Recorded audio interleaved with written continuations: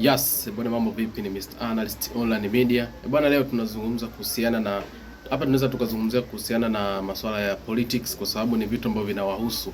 Bwana leo nimekuja na kero kwa sisi wakazi ambao tunakaa Mapinga, maeneo ya Udindivu, Bagamoyo.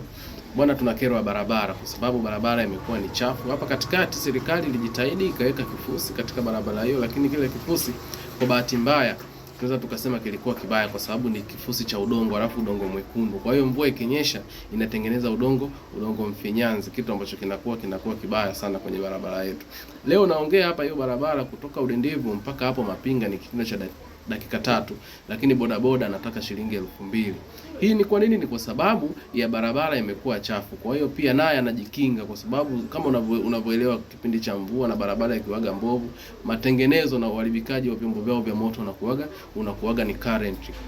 Hii ni kero ambayo tumeamua kuiaddress, sio kwa ubaya, lakini tunajitahidi kuwakumbusha wale ambao wanahusika, wenye mamlaka kulishughulikia hili swala, kwa sababu barabara ukiitazama ni kweli hairidhishi, na kitu ambacho tunapitia sisi watu wao ambao watumiaji wao ni kuhusiana na tozo kubwa ya mabodaboda, kwa sababu kwa kipindi hicho, yani huo umbali hapo ninakwambia ni wa dakika 3, kipindi hicho tulikuwa tunafika Mapinga kwa shilingi 1000.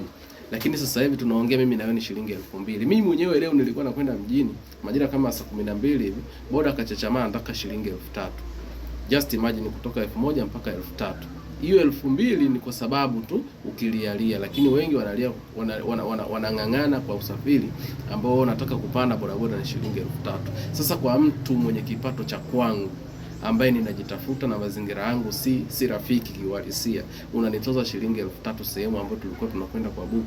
Hiyo ni lazima tuiaddress, ili viongozi wetu na wenye mamlaka waweze kujua kwa wananchi wao ambao sisi wapiga kura na tunawachagua tunapitia katika changamoto hii. Tunashukuru waliweka kifusi, lakini kifusi hakikuweza kusaidia kulingana na nature ya ule udongo ambao wamekwenda kuweka. Kwa hiyo tunaweza tukasema ni wameongeza tatizo badala ya kutatua tatizo. Na kuwekea video ili uweze kuitazama jinsi hiyo barabara ambayo ninazungumzia ilivyo. Hebu check hiyo video afu utakuja kucomment hapo chini ili watu wajifunze kuwa nilichokiongea ni sahihi na hakina upotoshaji wowote.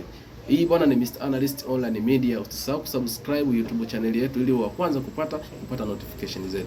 Asante sana. Kama unavyoweza kuona, Mr. Analyst ilijitahidi kwenda maeneo ya tukio na kukuonesha wewe jinsi barabara hiyo ambayo imetolewa kero the way inavyoonekana. Kama unavyoweza kuona, hiyo ni barabara ambayo inatoka Mapinga kuelekea Udindivu, na niwakumbushe tu kuwa huko sehemu ambapo nakutaja Udindivu ni miongoni mwa sehemu ambayo ina wawekezaji wengi sana, kwa sababu ni karibu na bichi kabisa, ambapo kuna bichi, kuna vyanzo vingi vya mapato, mahoteli yako huko, watu wamewekeza. Just imagine, una wageni wako wanatakiwa waje kwenye hoteli yenu, alafu wanapasi kwenye hiyo njia. Either wanaweza wakarudi, au wakifika eneo la tukio basi wewe kuwarudisha tena huko inahitajika ufanye kazi ya ziada. Hiyo ndo barabara. Hebu tazama huo uji na vyombo vya moto vinapita humo.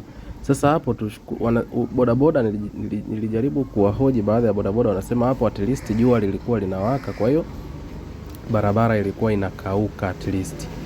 Kwa wale ambao wamepita asubuhi na mimi mwenyewe nikiwa shahidi hali halisi, hiyo ni afadhali. Hiyo ilikuwa ni hatari.